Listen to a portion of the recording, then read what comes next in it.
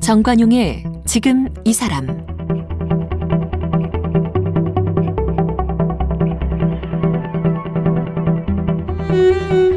여러분 안녕하십니까? 정관용입니다. 한 정치인의 연설로 유명해진 버스 노선이 있죠. 서울 구로동에서 출발해서 강남구 개포동까지 가는 6411번. 지금은 세상을 떠난 노회찬 의원이 9년 전 한 연설에서 이 버스의 첫 차 승객인 여성 청소 노동자들의 얘기를 전했죠. 그 뒤로 6411번은 이른바 노회찬 버스가 됐습니다. 노회찬 서거 3주기를 맞아서 그의 삶을 담은 다큐멘터리 노회찬 6411이 제작됐네요. 10월 달에 곧 개봉을 앞두고 있다는데 공동 제작자이신 명필름의 심재명 대표를 만나서 이 다큐멘터리 제작기 이야기를 좀 들어보겠습니다. 심재명 대표는 동덕여자대학교 국어국문학과를 졸업했습니다. 1987년 서울극장 기획실에 입사했습니다. 1992년 명기획을 설립했습니다. 1995년 창립작품 코르셋을 내놓았습니다. 뚱뚱한 여성을 주인공으로 한 이 영화는 제33회 대종상 영화제와 제17회 청룡영화상에서 각본상을 받았습니다. 1997년 영화 접속이 흥행에 성공하면서 이름을 알렸습니다. 이후 공동경비구역 JSA, 우리 생애 최고의 순간, 건축학개론, 마당을 나온 암탉, 조용한 가족, 와이키키 브라더스, 바람난 가족, 질투는 나의 힘, I can speak, 빛나는 순간 등 26년간 40여 편의 영화를 제작했습니다. 2014년 경기 파주시 파주 출판단지에 명필름 아트센터를 열었습니다. 2018년 한국영화 성평등센터 든든을 설립해 임순례 감독과 공동 대표를 맡고 있습니다. 노회찬 서거 3주기를 맞아 다큐멘터리 노회찬 6411을 공동 제작했습니다.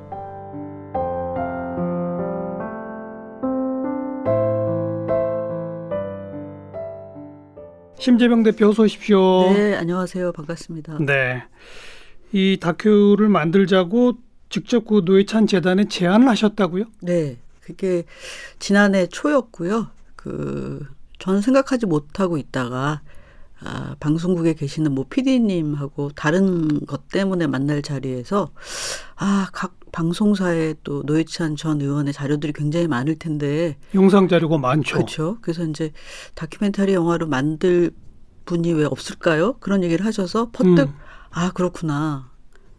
노회찬 전 의원의 이야기를 다큐멘터리로 만들어야 되겠다라는 생각을 그분의 그 말씀에서 이제 영감을 받았고 예. 그리고 이제 재단에 찾아가서 노회찬 전 의원 다큐멘터리 영화를 만들고 싶다고 하니까 흔쾌히 또 환영해 주셨고 재단 측에서야 네.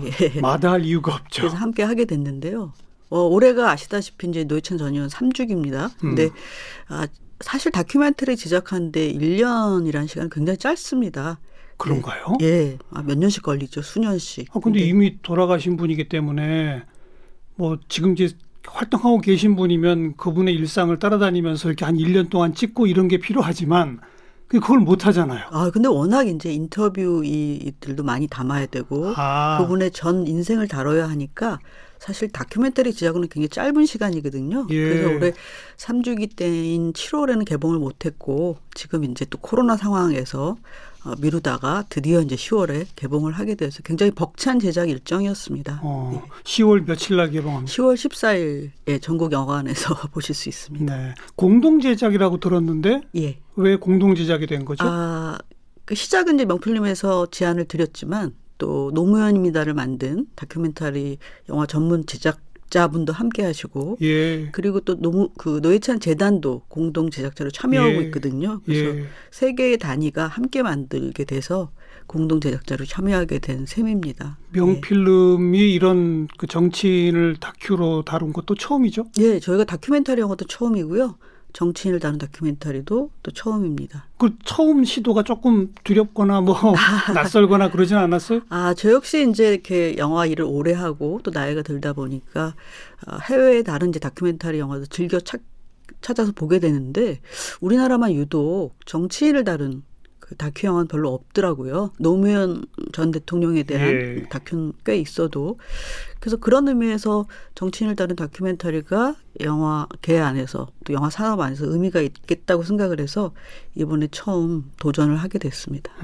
혹시 개인적으로 노회찬 의원 생전에 만나보거나 뭐 이런 인연이 있었습니까? 전혀 없습니다. 전혀? 제가 심상정 의원이나 다른 또 민주당이나 뭐 국민의힘의 어떤 의원들은 만나 뵌 적이 있는데 이상하게도 노회찬 전 의원은 한 번도 사석에서 뵌 적이 없습니다. 그 개인적 기억은 없네요. 그렇죠. 일상과 개인의 기억은 없는데 워낙 이제 뭐 대중 정치인으로서도 명망이 높았던 분이니까 그렇죠. 근데 이제 그분의 행적이나 이런 것들이 어쨌든 심 대표가 보기에도 이건 영화로 충분히 할 만하다. 뭐 이런 생각이 드니까 재단에 찾아가서 제안까지 하지 않았겠어요? 네, 그렇죠. 그때 판단은 뭐였습니까? 저는 이제 어떤 모든 인간의 죽음은 그 죽음이 짓는 의미가 굉장히 다 다르고 또 다 각별하다고 생각하는데요. 그의 어떤 비극적인 죽음이 또 우리 사회에 던지는 여러 가지 화두나 의미가 있다고 생각을 했고요. 그리고 진보 정치인의 가장 상징적인 인물이자 그 진보 정치 운동을 정말 수십 년 동안 오래 했던 그런 분의 삶이라면 이렇게 한 편의 영화로 담아내는 것이 굉장히 유의미하지 않을까 그런 생각을 했습니다. 방금 심 대표가 직접 언급한 그 진보 정치. 그러니까 얘기하신 대로 우리나라의 정치인을 다룬 다큐는 거의 없어요. 다만 노무현 전 대통령을 다룬 다큐는 몇 편이 나와 있습니다. 그런데 그분은 어쨌든 대통령을 지낸 분이에요. 그러니까 뭐 조금 속된 표현으로 급이 달라요. 노회찬 의원도 물론 국회의원 뭐 3번이나 하고 했습니다마는 그러나 우리나라의 이 어떤 중심이 되는 두 정당이 아니라 오래전부터 마이너리티 소수의 진보 정치를 해오신 분이고 또 끝끝내는 꿈을 마저 못 피고 안타까운 죽음으로 이렇게 끝맺음된 소위 말해서 급이 다르거든요. 그런데 그분의 다큐를 만든다? 심 대표도 좀 진보적이세요? 글쎄요. 그분의 하신 말씀 중에서 모든 국민은 법 앞에 평등하다. 하지만 10,000명만 평등하다. 이런 얘기를 하신 적이 있어요. 그 말에 100% 공감하고 동감한다면 저는 진보적인 것 아닌가라는 생각이 들고요. 또한 뭐 복지라든가 또 어떤 공정한 세상, 평등한 세상 그리고 그런 것이 미래의 가치로서 중요하다고 생각을 하니까 진보적이라고 할 수 있겠죠. 심 대표는 혹시 당원 가입한 적은 없어요? 네, 없습니다. 네. 이제 직접 만나본 적은 없고 그렇지만 다큐 제작을 하면서 또 제작이 진행돼가는 과정을 지켜보면서 새롭게 또 노회찬 의원을 알아가게 되지 않았을까 싶어요. 심 대표 개인적으로도. 네, 그분이 이제 어떤 말의 정치 또 어떤 촌철살인의 대가 뭐 사이다 멘트 그런 것들로 유명하시고 그리고 그것이 또 어떤 노동자나 농민 시민들의 눈물을 닦아주고 어떤 유머와 위트로 자신의 정치적 견해와 행동을 구현하셨던 분이라고만 어떻게 보면 알고 있었는데 실제로 아까 뭐 정 선생님 말씀하신 것처럼 이 거대 양당에서 이 진보 정당이 그 제3당으로서 그리고 그 가치를 실현하기 위해서 궁극적으로는 집권을 꿈꿨다라는 권력에 대한 의지가 있으셨다라는 팩트는 저도 다큐멘터리 영화를 제작을 하면서 새롭게 알게 된 어떤 측면이기도 합니다. 방금 그 촌철살인 말 그 상징적인 용어 가운데 이제 6411번도 있습니다만은 그 전에 이 삼겹살을 같은 불판에 50년 동안 구우면 되겠습니까? 이거 불판을 바꿔야 됩니다. 이거 아주 유명한 멘트잖아요. 그죠? 그 멘트가 어디서 나왔는지 아세요? 그 멘트를 어디서 발언하셨다고요? 방송에서 말씀하셨죠. 2004년에 제가 진행하던 맞습니다. 생방송 심야 토론에 그 장면이 영화에도 나옵니다. 아, 그래요? 네, 네. 저도 나오나요? 나오는 것 같은데요. 제가 지금 갑자기. 그래서 많은 이제 자료들을 모으느라고 힘들었는데요. 그러니까 그렇게 말씀하신 것처럼 하나의 단어로 예. 하나의 그 의미나 가치를 명백하게 표현하셨다는 것이 다른 정치인하고 다른 측면인 것 같아요. 그죠? 예. 그러면서도 또 유머와 위트가 또 한편에 있고 첼로도 연주할 줄 알아요. 예, 그가 뭐 모든 국민이 악기 하나는 연주할 수 있는 그런 사회를 꿈꿨다라는 것, 그런 면이 또 좀 남다르셨죠. 네, 그리고 살아있는 진보 정치의 역사였고 그렇죠. 뭐 이런 거. 네. 제목을 6411을 붙이자. 네. 이것도 심 대표가 제안하셨다고요? 예, 근데 뭐 재단 홈페이지에 보면 6411 정신, 6411번 버스의 의미 이런 것들이 많이 자세히 기술되어 있는데요. 예. 그러니까 2012년에 그 진보 정의당 당대표 수락 연설 때 그 6411 버스를 언급하시면서 청소 노동자들 얘기를 하셨죠. 개포에서 구로까지, 구로에서 개포까지 출퇴근하시는 그분들을 투명 인간이라고 표현하시면서 투명 인간의 눈물을 닦아주고 친구가 되자라는 말씀을 하셨잖아요.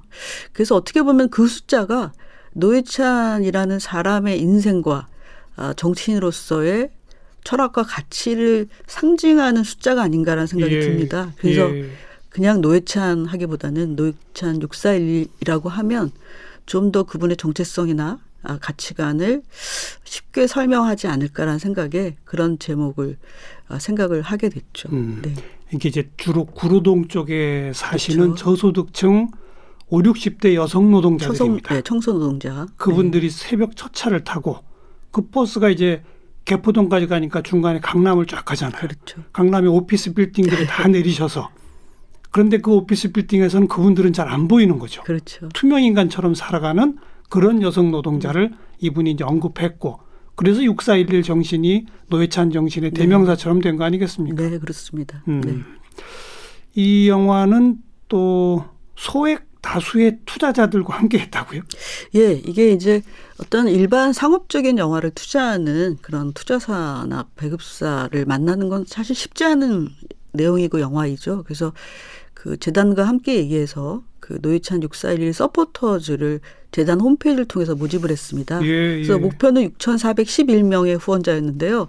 훌쩍 넘어서서 10,000명이 넘는 분들이 후원을 해 주셨고 그리고 또 저희가 준비한 이 이야기를 가지고 전주 국제영화제 전주 시네마 프로젝트에 선정돼서 또 거기서 또 그 투자 지원금을 받았습니다. 그러니까 특별한 방식으로 제작비를 마련하게 된 셈이죠. 그 10,000명 넘는 분들은 후원이에요? 아니면 투자예요? 후원입니다. 네, 대신 이제 영화 엔딩 크레딧에 이름을 올리실 수 있고요. 네. 아니 그게 그 후원이 아니라 투자라면 나중에 영화가 수익을 내면 그분들한테도 돌려줘야 되잖아요. 예, 후원입니다. 그러면 그분들은 그냥 후원이고 만약 영화가 대박을 치면 어떻게 됩니까? 글쎄요. 그것까지 생각을 못했고요. 재단하고 좀 의논을 해봐야 되겠는데요. 다른 또 방법을. 예. 뭐 대박을 치기가 쉽지는 않죠. 이런 다큐 영화가. 그러나 그러길 좀 바라고요. 예. 그 맨 처음 시작이 이제 방송사 PD가 각 방송사마다 자료가 많다. 뭐 이런 얘기로 시작을 했다고 했는데 그러면 방송사마다 자료가 많은 거는 사실 이분이 국회의원 된 후일 거란 말이에요. 그렇죠. 근데 그 전의 인생도 다뤄야 되잖아요. 네. 그때 화면은 거의 없었지 않을까요? 또? 그분의 이제 그 노회찬 전 의원의 다른 이제 그 육성 인터뷰를 담았고 또 거기에 따른 어떤 사진 자료들 그리고 그분의 그 중고등학교 동창 분들도 인터뷰로 출연하시거든요. 예. 그래서 그때 이제 어린 시절의 사진, 뭐 가족 이런 것들이 등장하면서 그 본격적으로 정치인의 삶을 살기 이전의 모습들은 그런 식으로 담아냈고요. 또한 그 인터뷰이들이 노회찬 전 의원의 어린 시절 또 고교 시절, 대학 시절을 회상하면서 어떻게 그분이 살아왔는지 이런 얘기를 풀어내면서 영화에 보여집니다. 그 당시에 사진은 좀 있긴 있어요? 다 협조를 아주 적극적인 협조를 받았습니다. 유족으로부터 재단으로부터. 예. 네. 그러면 뭐 미리 보셨을 테니까. 그럼 여러 번 봤죠. 청취자분들은 정치인 된 후만 잘 기억하시지 잘 모르실 거예요. 네. 조금 소개해 주세요. 정치자분들한테. 아주 저도 굉장히 놀라웠던 게 뭐 많은 분들이 그랬겠지만 중고교 시절에도 굉장히 남다른 친구로 그 기억을 하시더라고요. 그러니까 아주 사람을 사로잡는 매력 그리고 화술, 그리고 또 어떤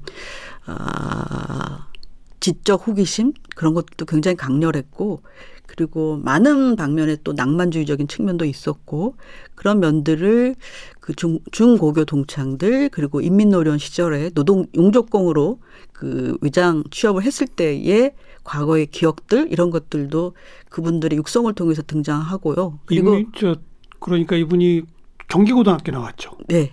근데 그때 고교 때의 이렇게 메모 같은 걸 보면 그때도 세상을 바꾸겠다, 갈아엎겠다, 뭐 이런 메모를 볼 수 있고, 그런 얘기를 나눴던 또 친구분들이 영화에 등장하니까 그렇죠. 굉장히 생생하게 그분을 기억할 수 있죠. 그러다가 이제 고려대학을 가고 네. 뭐 학생운동도 하고, 그리고 위장 취업 비슷하게 네, 이제 노동운동을 한 용접공으로 거잖아요. 위장 취업하고 노동자로서 삶을 살겠다라는 얘기도 하셨어요. 그러다가 이제 그 진보 정당에 투신하면서 진보 정당 추진위원회를 또 결성하시고 그랬죠. 진보정당 추진위원회면 정말 80년대 말, 그렇죠. 어찌 예. 보면 우리나라의 진보정당 운동의 첫 스타트부터 함께 그렇죠. 그런 네. 거죠. 그런 때 당시 자료 화면이나 또 거기에 관계된 분들도 모습도 많이 나옵니다. 예. 네, 그래서 뭐 고 백기환 선생님도 나오고 그 당시 이제 여러 그렇게 나오고, 또한 이제 유족이신 김지선 여사님의 또 육성도 들으실 수 있고, 어떤 노회찬 전 의원의 사적인 면, 일상의 모습 그런 것들도 보실 수 있습니다. 예.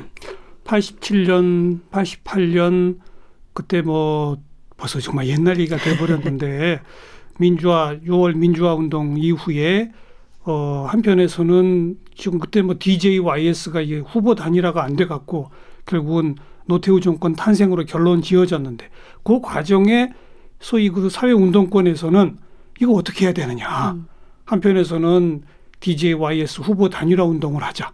한편에서는 DJ가 그래도 좀 진보적이니 DJ 지지 운동을 하자. 한편에서는 아니다.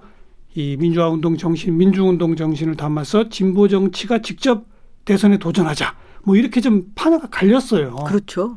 근데 그 중에 일찌감치 진보정당 운동, 진보정치 운동 쪽으로 노선을 뚜렷이 했던 거군요. 그렇죠. 그리고 이제 그래서 백기환 선생님이 독자 또 진보 후보로 쪽에 그때 독자로 나왔다가 나왔고 사퇴하셨죠. 그렇죠. 그리고 이제 그 후에 시간이 흘러서 권영길 대표가 또 대권에 도전했잖아요. 그러다 그 다음 대선에. 그렇죠. 예. 그런 것들도 이 진보 정치 역사를 훑으면서 영화 속에 그 병렬식으로 등장을 합니다. 예. 그렇게 보면 정말 87, 88 그때부터 시작해서 진보정당의 역사도 부침이 심했고, 노회찬 의원도 처음 국회의원에 된 거는 2004년이거든요. 네, 2004년이죠. 그냥 그 세월이 몇 년입니까 그게? 그렇죠.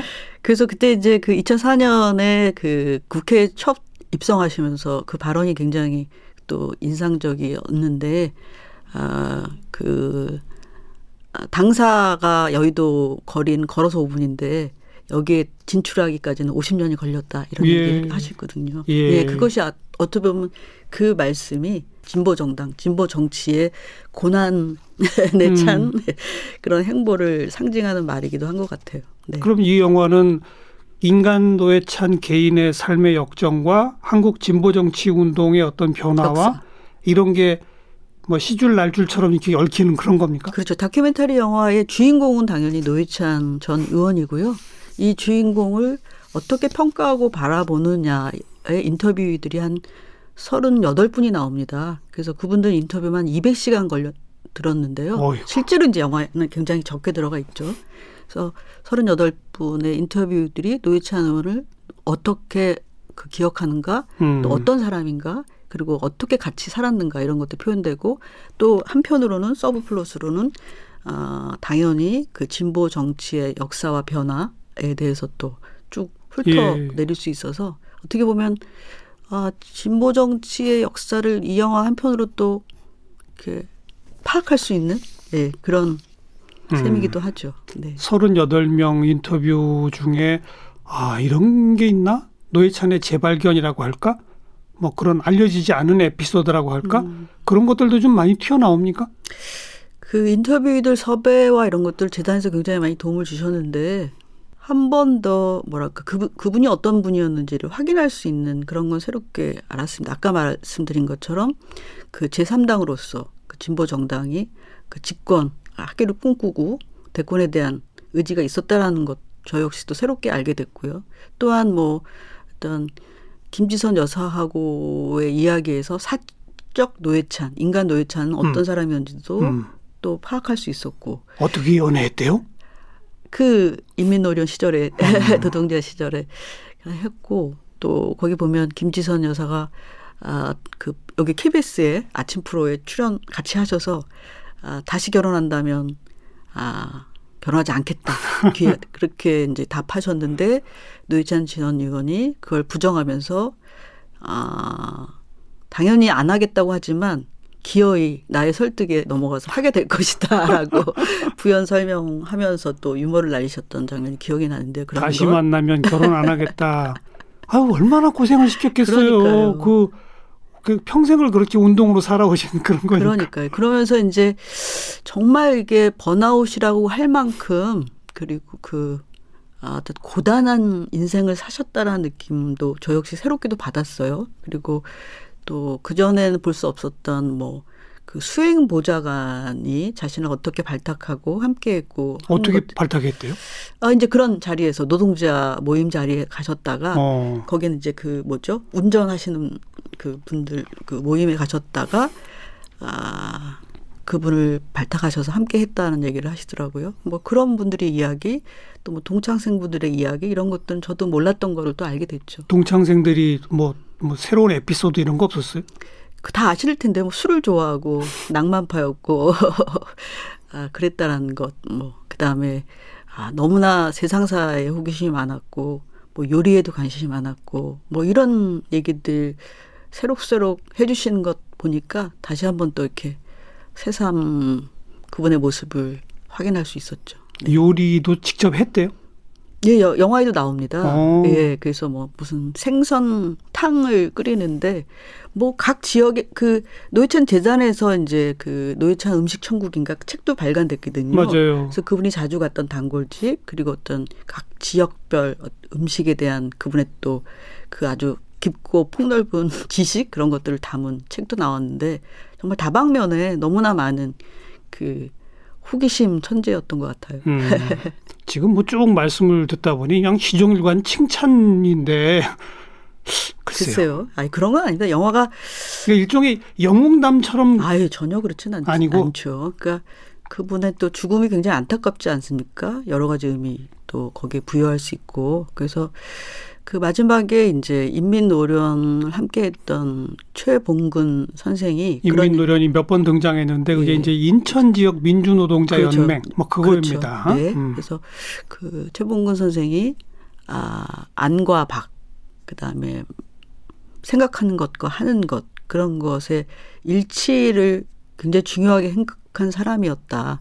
하지만 그 궁극의 불일치한 상황에 스스로 부끄러워서 죽음을 택한 것 아니냐 이런 얘기를 하셨는데 그런 이야기도 이제 영화 속에 마지막에 담기거든요. 그러니까 이 영화가 어떤 분의 죽음을 통해서 무엇을 뭐 말하기 참 굉장히 거꾸로운 표현인데 무슨 팔이 이런 악플도 이 영화에 댓글에 달리기도 하는데 그런 건 전혀 아니죠. 그리고 굉장히 객관적으로 그분의 삶과 어떤 가치관, 인생 이런 거를 아주 객관적으로 살펴보려고 한 그런 기조를 유지하려고 노력을 했습니다. 뭐 진보 정치의 미래 뭐 이런 것까지 제시하는 그건 또 아니겠죠. 그건 아니죠. 근데 이제 어떤 거기 통합진보당의 뭐 문제나 해체 뭐 이런 것들도 장면 속에 나오는데요. 안 나올 수가 없죠. 그렇죠. 그러다 보니까 객관적인 시선을 유지할 수밖에 없죠. 그리고 그게 굉장히 중요한 태도라고 생각을 했습니다. 네.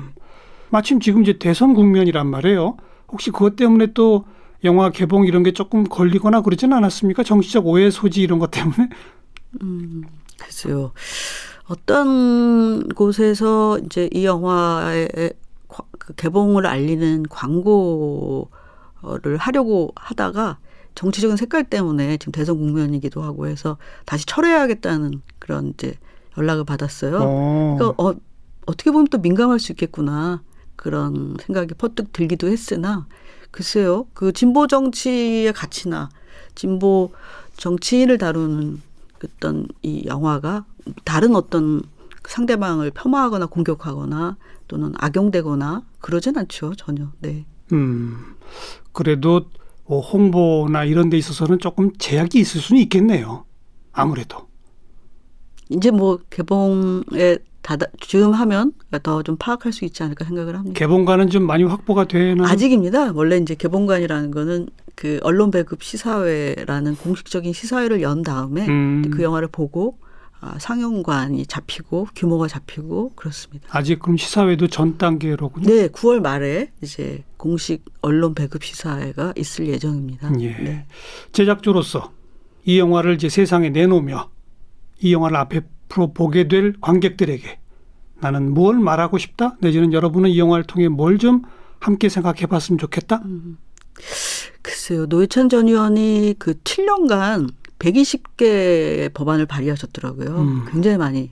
심지어는 그 삼성 엑스파일 사건 때문에 의원직 상실할 지점 그날에도 그 소방공무원법 개정안을 또 발의하셨어요. 그러니까 정말 치열하게 정치인으로서의 삶을 사셨다라는 것이 그런 숫자로도 증명이 되는 것 같은데, 그리고 제가 알고 있기로는 국회의원으로서 처음으로 차별금지법을 발의하신 걸로 알고 있거든요. 예. 네, 그러니까 지금 이 시대 이 세상을 사는 젊은이들에게 그런 어떤 헌법의 이념에 구현되는 모든 정치, 문화, 경제, 사회에서 평등한 사회, 그리고 그 차별이 없는 사회, 그리고 모두가 기회가 평등하고 공정한 그런 사회를 꿈꿨던 노회찬이라는 사람의 삶은 어떻게 보면 이 시대를 사는 젊은이들이 바라는, 그리고 살고 싶어하는 네. 그런 꿈과 그 바로 연결되어 있지 않나라는 그런 생각을 합니다. 그런 면에서 굉장히 의미 있는 또 영화가 되기를 바라고 있습니다. 젊은 세대들일수록 어쩌면 기억이 별로 없을 수 있는데. 잘 모르죠. 정말 모르는 분들이 많고, 이번에 이제 이 영화를 제작하면서 그 민한기 감독, 이 영화를 연출한 민한기 감독의 조감독들이 20대 여성들이에요. 근데 그분들 인터뷰를 보니까 전혀 잘 몰랐다고. 노회찬 전 의원의 삶에 대해서. 그렇잖아요. 20대 거의 중반이니까요. 그러면서 새롭게 많은 걸 알게 됐다는 얘기를 하더라고요. 그러니까 어떻게 보면 좋은 의미에서, 바람직한 의미에서 학습의 의미도 되지 않을까라는 생각이 젊은 듭니다. 세대들을 위해서도 네. 필요한 어떤 작업이었다. 네. 그런 또 평가들이 앞으로 이어지길 바라고요. 요즘 코로나 때문에 또 영화 만드느라 힘드시죠? 아유, 너무 많이 힘들죠. 그 전 세계적으로 그 힘든 얘기는 네. 우리 내일 또 마저 만나서 알겠습니다. 이야기 나누도록 하겠습니다. 네. 명필름의 심재명 대표 만나고 있습니다.